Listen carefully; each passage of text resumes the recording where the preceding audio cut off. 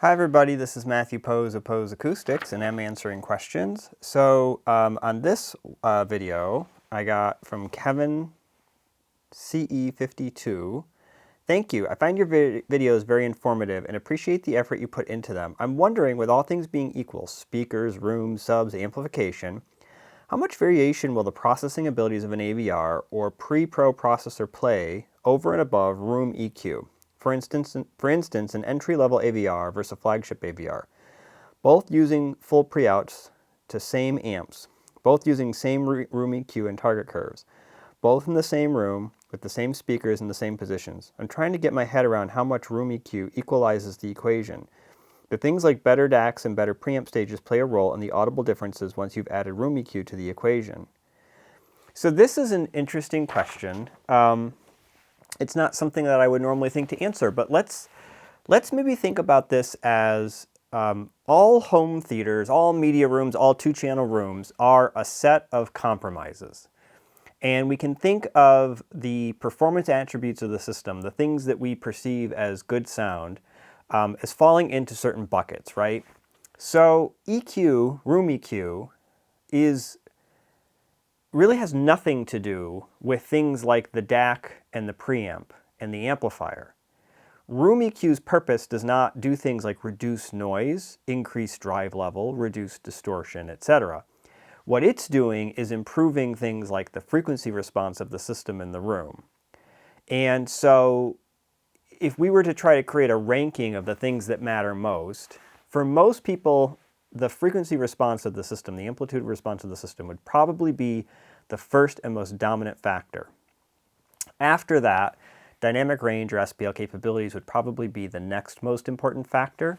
I think after that, bass, although bass would be part of the frequency response part of it, but I think the extension of bass would be the next most important factor. And then as we move outside of that, then we start to get into other sound quality factors. But the other thing I need to mention is that it's not like these factors remain static, meaning they're always in the order I just mentioned. First off, there's personal preference. So some people may actually prefer something over another. But there's a couple things here. Frequency response tends to be something that we attend to very quickly. Like we'll notice it and we'll see that it's off. It's also something we get used to very quickly. So a system that's colored won't be perceived as colored if you listen to it that way all the time. And so even though it's a pretty important factor in the sense that we notice it quickly, it's not an important factor in the sense that it doesn't necessarily take away from our enjoyment as much as some other factors do. Now, bass extension is a little different. Bass extension, I think, actually is something that we don't lose track of. Like, we would always notice that. And so I think that that can be sometimes a more important factor because of that. The other thing is that once the frequency response is good enough, once the bass extension is good enough, once the room acoustics are good enough, then other factors become the most important factors that we're paying attention to because the other factors are being held constant in the sense that they're good enough. So they don't need to improve, there's nothing wrong with them. And even though something that's good enough could be improved, the likelihood that you would notice it would be pretty small, or the difference it would make would be pretty small, the diminishing returns idea. So room acoustics is going to be things like the decay time of the room. If it decays over too much time, if the room is ringing for too long or decaying for too long, then it tends to sound overly reverberant and speech is hard to hear and the sound overall isn't all that good and people don't typically like that. So adding some basically stuffing to the room, some damping to the room, helps to reduce that. You don't want to overdo it, and people often do, but for the most part, that becomes a pretty important factor. Diffusion can be pretty important too. Diffusion is going to change our perception of the size of the room and the spaciousness of the room, and it can change the way we would perceive the way images are presented by speakers in the room. So that's a part. So those are probably some of the biggest factors in room acoustics. It relates to our sense of envelopment and spaciousness, but it also affects things like the timbre of the room. So as we change the decay time, the timbre will change some too, even if the frequency response doesn't change. Just as an example, one of the things I've noticed is that as rooms become drier, meaning the decay time becomes shorter, it also tends to sound warmer, and so you need more high frequency energy to offset that, unless you like that, which is fine. Now, okay, so let's get into like what this question was asking. So EQ is going to fix things related to timbre. It's going to fix things related to seat-to-seat consistency. It's not going to do anything with distortion and noise. So you can't take like a cheap junky receiver, throw a really good room EQ system, do a really high-end calibration on it, and end up with a perfect result, because the cheap junky receiver is still going to have junky problems. I mean, I'm using that term kind of loosely here, and I'm not saying everything that's cheap is junky, but for this example, let's say it is. And usually I will say, so the one thing I've noticed between low and high-end receivers is noise. The DA converters in the analog stages are just not as good on the lower-end products, and so they tend to be noisier. And when you upgrade, you tend to see a pretty massive reduction in noise. So in my own system, I had a mid-grade, I think $1,100 or $1,200 Pioneer receiver that was powering the system downstairs. Given that it was I'm in my theater room and I've got this nice high-end theater, I figured the downstairs doesn't need anything special, so I did that. It has Dirac, and I thought, well, that would be great for that system to make it sound better. Kind of the question being asked here.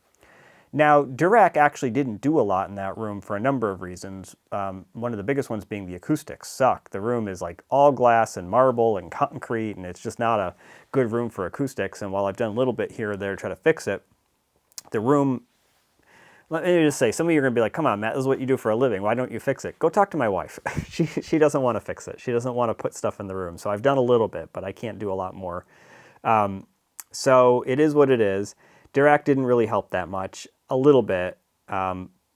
But what I noticed was, over and above the issues that Dirac was working on, was that the hiss was actually audible through the speakers with that. And I never liked that, especially because the rear surround speakers were on a wall that was essentially like a walking path to the bedroom. So when you would walk past that, as you passed the speakers, you would hear from your right ear the hiss of the speakers, like right in your ear. So Sony gave me the 7000 ES receiver to review and then let me keep it so I could do a long-term review. And I changed out, part of the reason why they let me keep it was going to be a lot of work to change out the Pioneer with the Sony for the downstairs system, because I don't have it set up local. It's all in a rack here. So I had to get all reprogrammed in the Control 4. It's a whole lot of effort. So we're like, all right, we'll do it if I can keep it. They said I could keep it. We put it all together, did the review. Okay, so the receiver was way more powerful, but you're saying here keep the amplifier constant, but that was something I noticed. But the other was the noise. So the noise went way down. The distortion actually went way down too.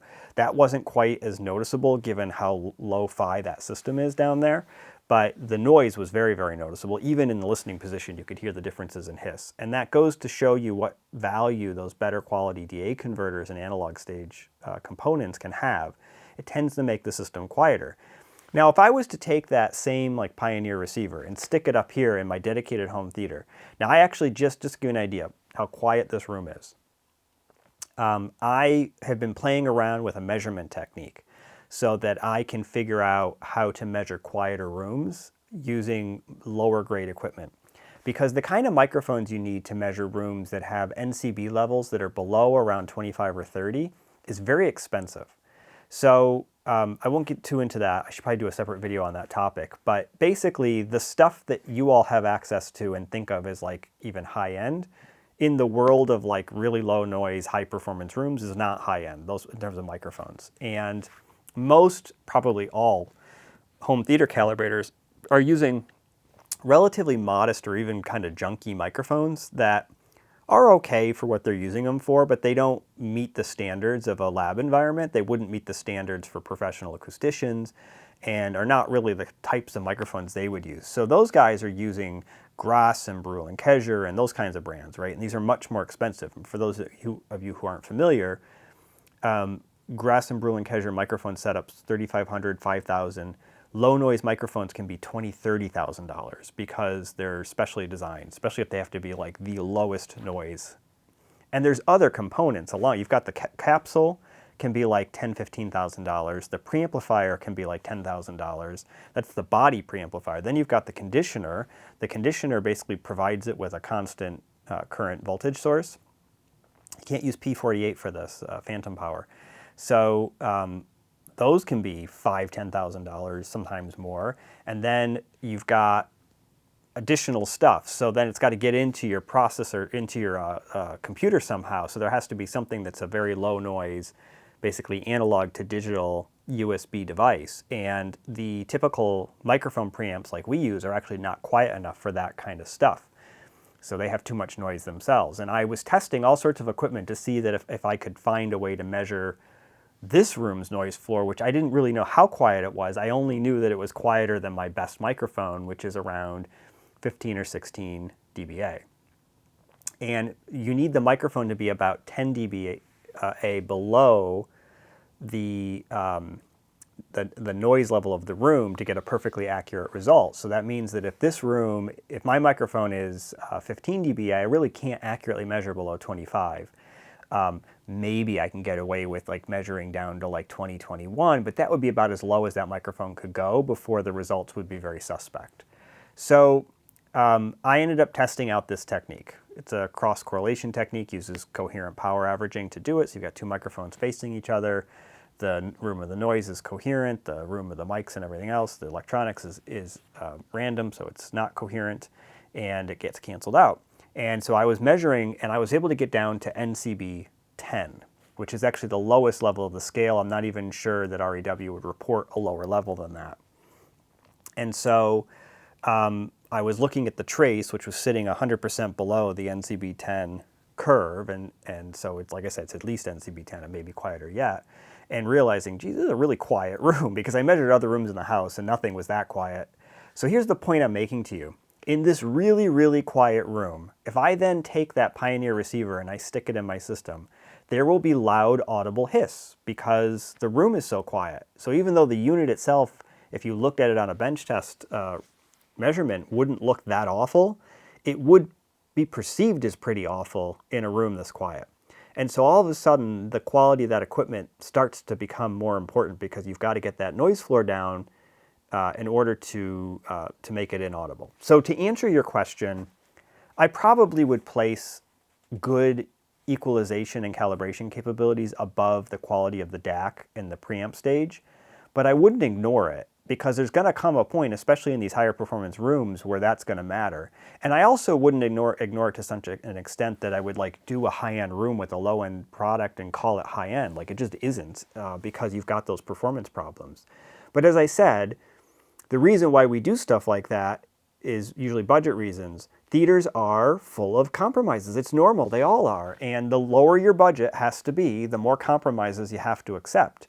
And so you just have to figure out where you want to put those compromises. And it may be that you want to favor the more important factors like the timbre of the system for less important factors like the noise floor. Because realistically, once the projector's turned on, especially in rooms where you're doing this, you probably don't have the projector in a hush box, it's in the room.